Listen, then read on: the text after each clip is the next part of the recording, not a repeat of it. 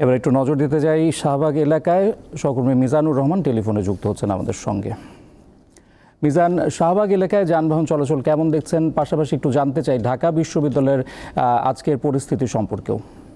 যান চলাচল নিয়ে কিছুক্ষণ আগে আমার সহকর্মী যেমনটা জানাচ্ছিলেন, এখানকার অবস্থাও একই রকম। আমরা দেখেছি যে দুই একটি গণপরিবহন আছে, সেগুলো চলাচল করছে। তবে এই এলাকা যেহেতু খুবই ব্যস্ত, এখানে ঢাকা মেডিকেল কলেজে যাওয়ার একটা রাস্তা আছে, অন্যদিকে এদিকে আপনার শাহবাগের আশপাশে যে এলাকাগুলো আছে সেক্ষেত্রে মূল সড়কগুলোতে আমরা দেখেছি আজকে রিক্সা চলাচল বেড়েছে। ব্যক্তিগত গাড়ি একটু দেখা গেছে, সিএনজি তবে মনে হয় যে তুলনামূলক কম, তবে কম হলেও যেটা চলাচল করছে সেটা স্বাভাবিক।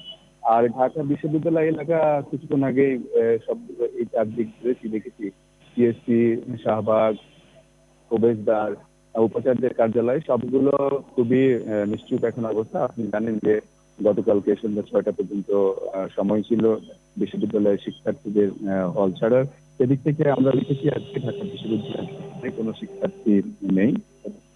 আন্দোলনকারীরা করছে না যেমনটা গতকালকে ছিল। এখানে পুলিশের সাথে অন্যান্য বাহিনী কাজ করছে, আমরা এটা দেখেছি।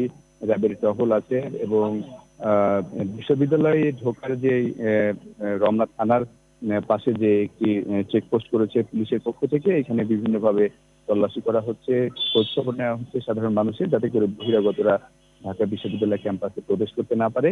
যেহেতু ঢাকা মেডিকেল কলেজ আছে, এই ক্ষেত্রে কিছু জরুরি সেবার যে বিষয়গুলো আছে সেগুলো ছাড়া অন্যান্য বাইরের কোনো কাউকে প্রবেশ করতে দেওয়া হচ্ছে না।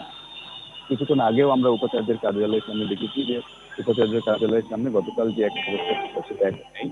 এখানে বিজিবির সংখ্যাও কমেছে, পুলিশ সদস্যদের সংখ্যা আমরা দেখেছি তুলনামূলক অনেক কম। এবং ঢাকা বিশ্ববিদ্যালয়ের পুরো ভিতরের অবস্থাটি এরকম হয়ে আছে। এবং যারা আন্দোলনরত শিক্ষার্থীরা তারা কখন আন্দোলনে নামবেন বা এদিকে আসবেন সে ব্যাপারে এখনো কোনো তথ্য আমাদের কাছে নেই, বা এখানে অন্য কোনো ছাত্র সংগঠনের শিক্ষার্থীরাও আমরা দেখতে পাইনি। কিছু সংখ্যক এই এলাকা দিয়ে কিছু চলাচল করছে ঢাকা বিশ্ববিদ্যালয়ের ভেতরে। এই ছিল ঢাকা বিশ্ববিদ্যালয় ক্যাম্পাস থেকে আমার